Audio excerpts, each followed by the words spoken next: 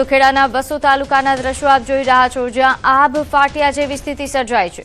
ખેડાના વાસોમાં 17 inch વરસાદ ખાબકતા સર્વત્ર જળબંબાકાર જોવા મળી રહ્યો છે। નડિયાદમાં પણ દિવસભરમાં 13.5 ઇંચ જેટલો વરસાદ ખાબક્યો। મૌધામાં પણ 9.5 ઇંચથી વધુ વરસાદ નોંધાયો। ખેડા જિલ્લામાં નોંધાયેલા વરસાદના સત્તાવાર આંકડા સામે આવ્યા, જેમાં વસોની વાત કરીએ તો ત્યાં 416 mm, નડિયાદમાં 340 mm અને મૌધામાં 244 mm જેટલો વરસાદ ખાબકી ચૂક્યો છે। સાથે માતરમાં પણ 170 mm અને મહેમદાવાદમાં 145 mm જેટલો વરસાદ ખાબક્યો। ખેડા શહેરની વાત કરીએ, અહીં 140 mm, કઠલાલમાં 138 mm અને કપડવંજમાં 119 mm જેટલો વરસાદ ખાબક્યો। સાથે ઠાસરા, ગળતેશ્વર, ફાગવેલમાં પણ 60 થી 70 જેટલો mm વરસાદ ખાબકી ચૂક્યો છે। 17 ઇંચ વરસાદ ખાબકતા હાલ વસો એ જળબંબાકાર છે।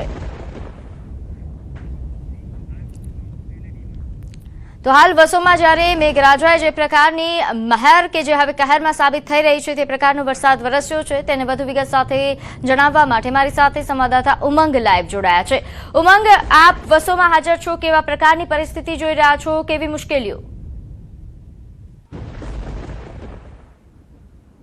પ્રીતિ, અત્યારે વસો જવા માટે નીકળ્યો છું ને રસ્તામાં સલવાઈ ગયો છું, કારણ કે રસ્તો છે તે પાણીમાં ગરકાવ થઈ ગયો છે। મારે 15 થી 20 કિલોમીટર ફરીને જવું પડશે।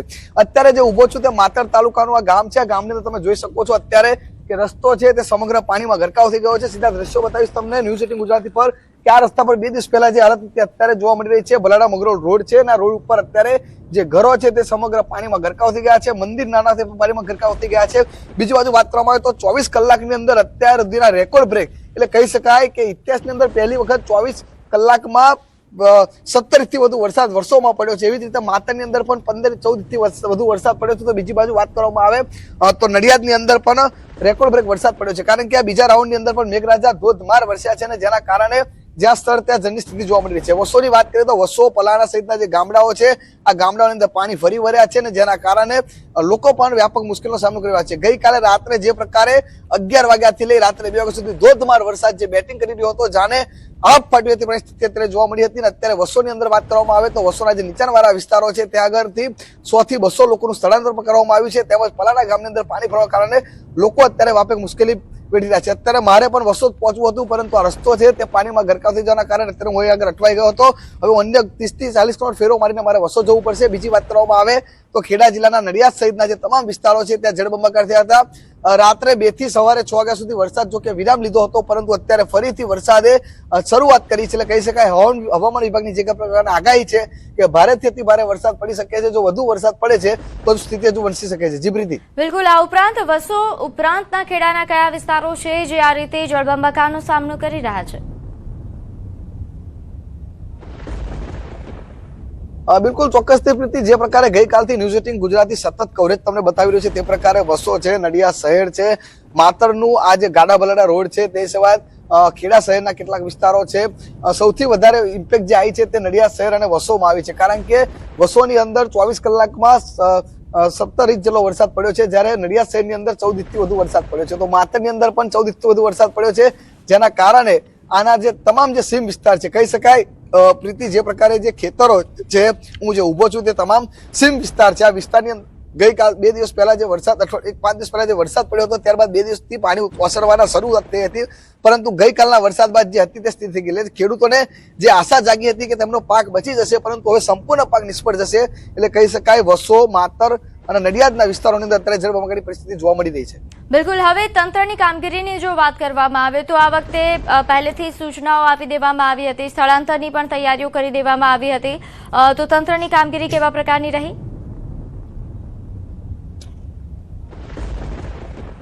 બિલકુલ ચોક્કસથી પ્રીતિ, આ વખતે તંત્રએ કામગીરી સારી કરી હતી। ખેડા જિલ્લા વહીવટી તંત્ર દ્વારા પહેલેથી જ લોકોનું સ્થળાંતર કરવામાં આવ્યું હતું। વસો હોય, નડિયાદ હોય કે પછી માતર હોય, કહી શકાય કે કુલ 500 થી વધુ લોકોનું ખેડા જિલ્લામાં સ્થળાંતર કરવામાં આવ્યું હતું। એસડીઆરએફની ટીમ પણ આગળ ત્યાં રખવાઈ હતી, પરંતુ આ વચ્ચે ખેડા જિલ્લામાં એક વ્યક્તિનું પણ દુઃખદ મોત નીપજ્યું હતું ઘર પડવાના કારણે। તેમજ જે પ્રસ્તુતિ કરતી મહિલાઓ છે તેમને સીએસસી કેન્દ્ર ખાતે પણ ખસેડવામાં આવી હતી। ગઈકાલે પણ 3 જેટલા પશુઓના મોત નીપજ્યા હતા। તંત્રએ વારંવાર પ્રજાજનોને અપીલ કરી હતી કે ઘરની બહાર ન નીકળવું, પરંતુ લોકો છે તે ક્યાંક ને ક્યાંક વરસાદની મોસમ માણવા માટે કાં તો જે પાણી છે ભર્યા તે જોવા માટે ઘરની બહાર નીકળતા હોય છે. હજુ પણ તંત્ર અપીલ કરે છે કે ભારેથી હવામાન વિભાગને પડે ભારેથી અતિ ભારે વરસાદ પડી શકે છે. તમામ શાળા કોલેજોમાં રજાઓ જાહેર કરી દેવામાં આવી છે. લોકોએ ઘરની બહાર ના નીકળવું જોઈએ તે તંત્રએ અપીલ કરી છે અને તંત્ર પણ અત્યારે સંપૂર્ણપણે પોતે ટ્રસ્ટ હોય 24 કલાક તમામ જે અધિકારીઓ છે તેને સ્ટેન્ડ બાય રાખવામાં આવ્યા હતા અને જેના કારણે મોટી જાનહાની ટળી છે. બિલકુલ ઉમંગ, જે રીતે અમે જોઈ શકીએ છીએ આપની પાછળ જળબંબાકાર જેવી પરિસ્થિતિ છે, માત્ર પાણી દેખાઈ રહ્યું છે. વિસ્તારથી જણાવશો કેવા પ્રકારનું હાલ ત્યાં પરિસ્થિતિ છે, માહોલ કેવો છે?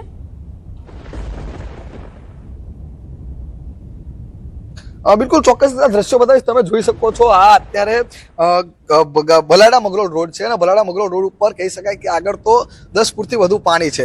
અહીંયા હું જ્યારે પહોંચ્યો એના સ્થાનિક લોકો હતા, તેમણે કીધું કે સાહેબ તમારી ગાડી અહીંયાથી આગળ નહીં નીકળે. તેમજ અહીંયા મેં કીધું મારે સમાચાર માટે કવરેજ કરવા જવું છે, તો એમણે મને કીધું કે સાહેબ અહીંયા મગરનો ડર રહેલો હોય છે, એકલા તમે ના જશો.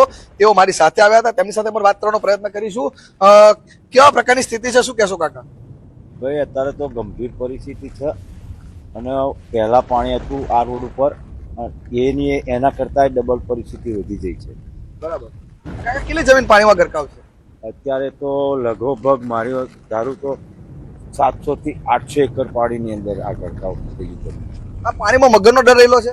ઘણા મગરોના ડર રહેલા છે, કારણ કે કાલે જ મેં જોયો હતો મગર. બરાબર. કાકા આ વરસાદ ફરી ચાલુ થયો છે, શું લાગે છે ખેતી બચશે કે નહીં બચે? ના બચે. બીજા પણ એક અન્ય પણ એક જે લોકો છે કાકા શું નામ તમારું? ભોલાભાઈ. ભોલાભાઈ કેવા પ્રકારની પરિસ્થિતિ? અરે તો પરિસ્થિતિ ભયંકર પરિસ્થિતિ છે. હવે પાક બચે એવું સત નહીં. ક્યાં પાણી ફરી ભર્યા? બધા ફરીનું પાણી આવી ગયું. બરાબર. કેટલું પાણી છે કાકા આગળ? અત્યારે આગળ તો લગભગ માથોડું પાણી પર છે, રોડ ઉપર. રોડ ઉપર પાણી છે. હા. અને આ કયો વિસ્તાર કહેવાય? આ હર્ષિતપુરા વિસ્તાર. હર્ષિતપુરા વિસ્તાર છે. બરાબર. આ કોઈના ઘરોમાં પાણી ઘૂસ્યા ખરા? ઘરા તો ઘણા ઘરની અંદર પાણી ઘૂસાઈ ગયા.